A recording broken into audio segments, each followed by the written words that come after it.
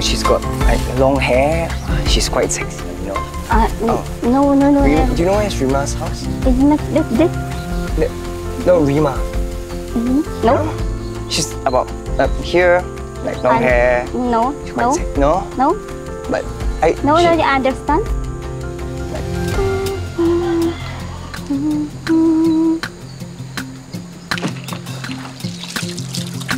Surprise!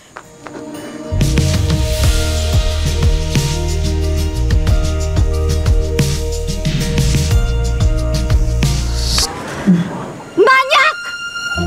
What did you say? What did you say? Hey, look, I'm here to surprise you. Aren't you happy? Anong pinagsasasabi mo?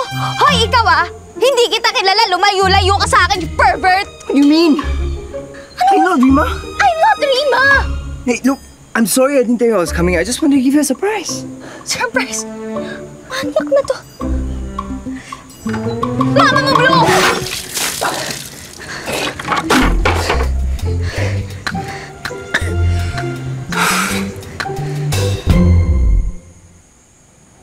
Sa lahat ba naman ng pwedeng nakawin na mukha at address, yung akin pa talaga?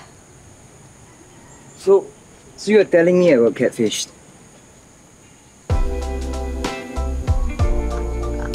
Catfish?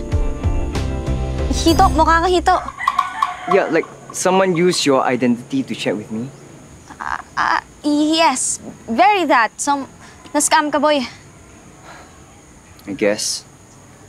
Nakakaintindi ka pala ng Tagalog, pinapahirapan mo pa ako mag-English. Well, I told you I was learning your language, pa. Ewan ko sa'yo. Hindi nga ako yun. Diba? Paulit-ulit. Tsaka, ewan ko sa'yo. Di ko alam ba't ganyan ka karupok. Ganun ba ako kaganda para tawinin mo yung Singapore to Philippines? Well, I thought we had a connection, and you were telling me how you wanted to see me and tour around the country with me. Again, hindi ako yon. Jasmine ang pangalan ko, ha? Hindi Rima. Gusto mo ipakita ko sa'yo birth cert ko? I'm so stupid. Just me, What are you, a hopeful romantic? Look where it got you. So what are your plans now?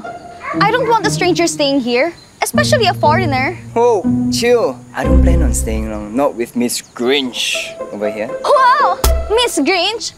At least I am not Mr. Stupid. Diyan ka na nga. Huwag ka papasok, ha?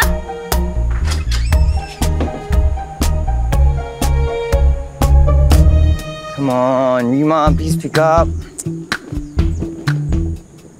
Come on.